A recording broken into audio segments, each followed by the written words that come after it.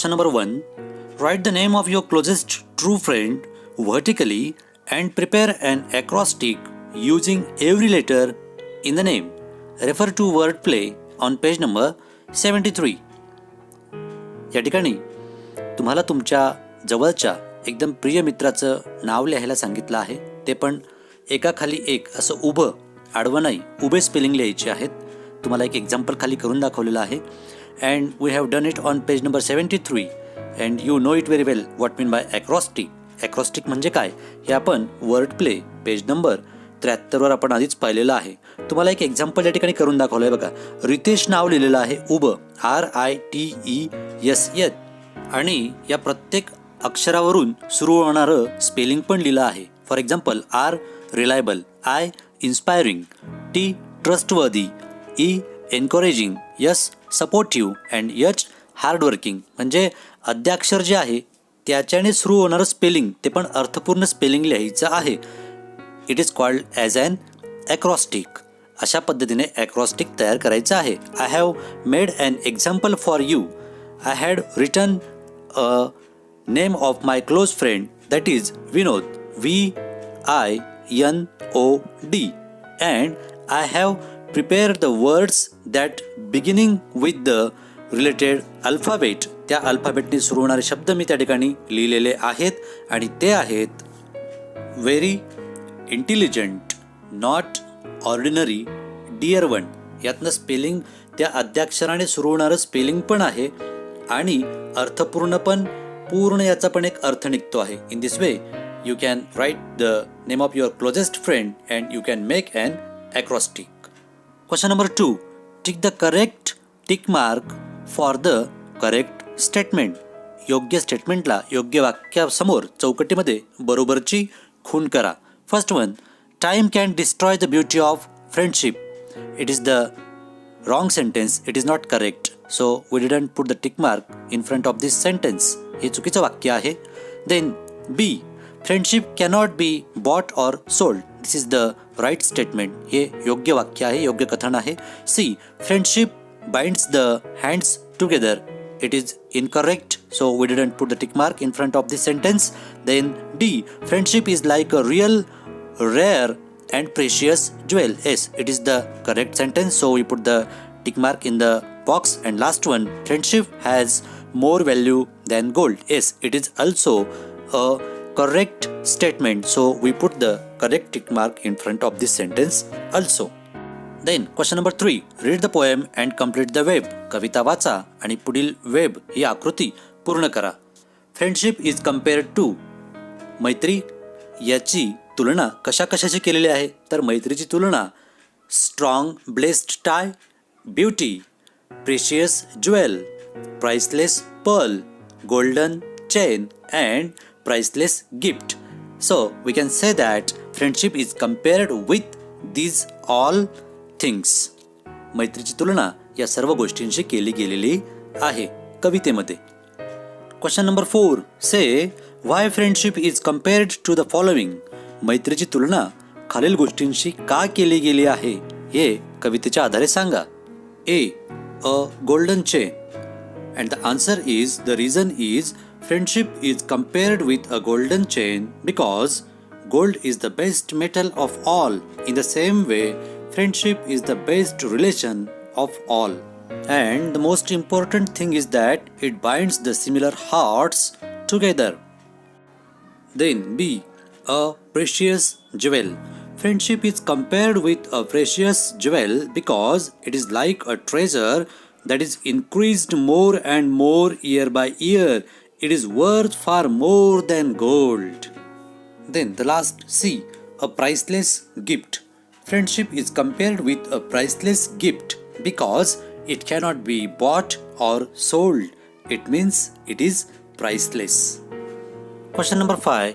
Refer to the poem and write down 5 reasons why friendship is the best gift anyone can give you. कविता वाचा आणि कवितेला अनुसरून 5 अशी कारणं लिहा की ज्यामुळे मैत्री ही एखाद्याने तुम्हाला देता येण्यासारखी सर्वोत्तम भेट आहे. It means, in other words, why according to you friendship is the best gift. तुमच्या मतानुसार फ्रेंडशिप म्हणजे मैत्री ही सर्वोत्तम भेट का असू शकते? Friendship is the best gift that anyone can give me because first, friendship links our dear friends. Second, friendship is like a rare and precious jewel. Third, friendship is rich with happy memories. Then fourth, time cannot destroy its beauty, means friendship's beauty. Then fifth, years cannot erase the pleasure of friendship. And last one we can say additional, that is sixth, friendship is a strong and blessed tie. There are more reasons, but these are the prominent and main reasons that I found. Then question number 6, write the words that go with the following. खालील शब्दांच्या सोबत येणारे किंवा कवितेत आलेले शब्द शोधा आणि लिहा. The words that go with following are priceless jewel, second, kindred hearts, third, happy memories, fourth, priceless gift, fifth, blessed tie, and last one, that is sixth, understanding friends. Question number 7, match the lines with the figure of speech they contain. You may also refer to wordplay on page number 74 for help. खालील ओळीमध्ये आलेले अलंकार आपल्याला ओळखायचे आहेत आणि तुम्ही पान नंबर 74वर जो वर्ड प्ले ही ॲक्टिव्हिटी आपण सोडवली होती त्या ॲक्टिव्हिटीचा उपयोग किंवा ती ॲक्टिव्हिटी तुम्ही मदतीला घेऊ शकता. Let's see the answers of the questions. First, friendship is a golden chain. There is a figure of speech metaphor in this line. Then second, that can't be bought or sold. This is antithesis. Then third one, and like a rare and precious jewel, it is simile. Fourth, for as long as memory lives, that is alliteration. And in the last line, for friendship is a precious gift. Again, there is metaphor in this line. So in this way we can sort out the figures of speech. Then question number 8, think on your own and say why true friendship can be compared to the following. तुम्ही स्वतः विचार करा आणि सांगा की खऱ्या मैत्रीची तुलना खालील बाबींशी का केली जाऊ शकते.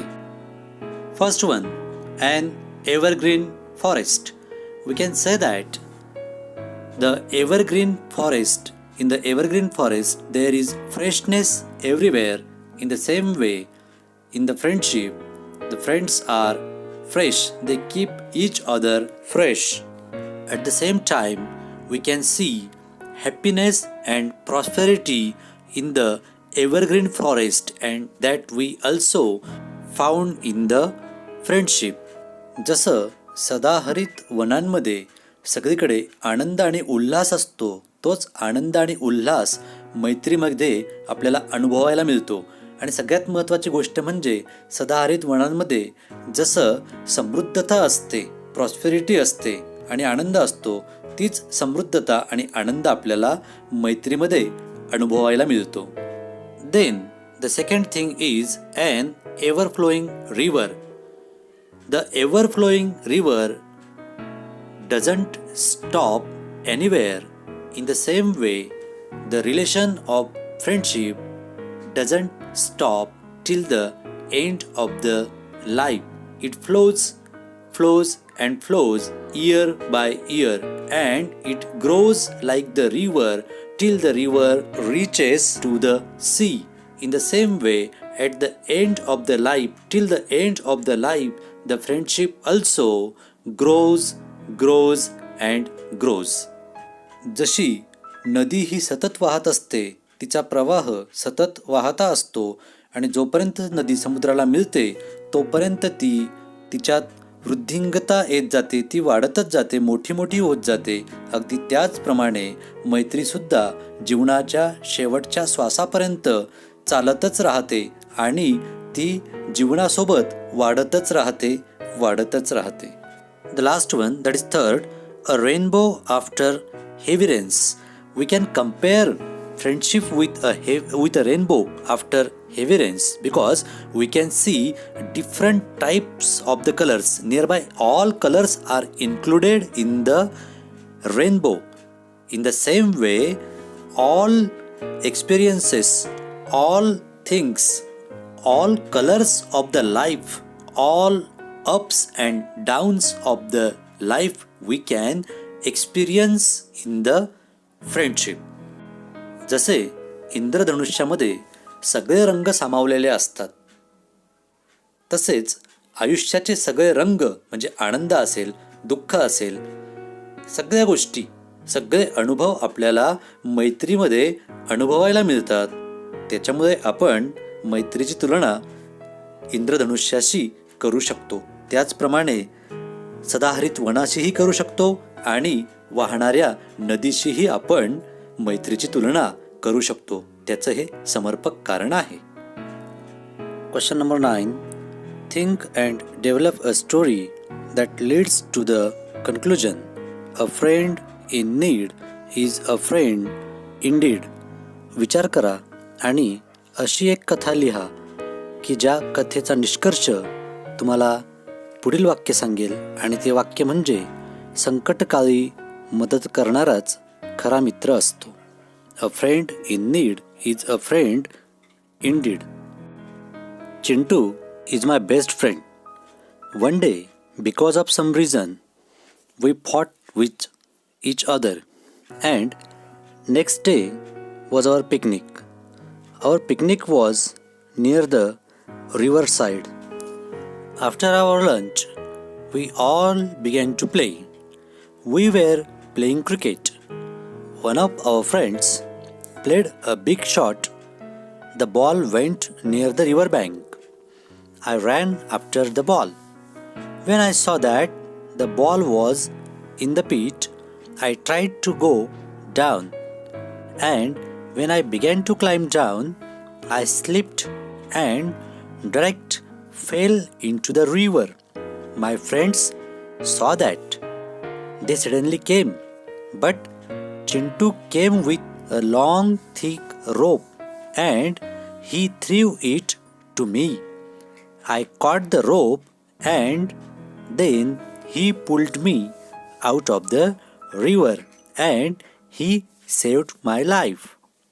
I really want to say that Chintu is my best friend, and really a friend in need is a friend indeed.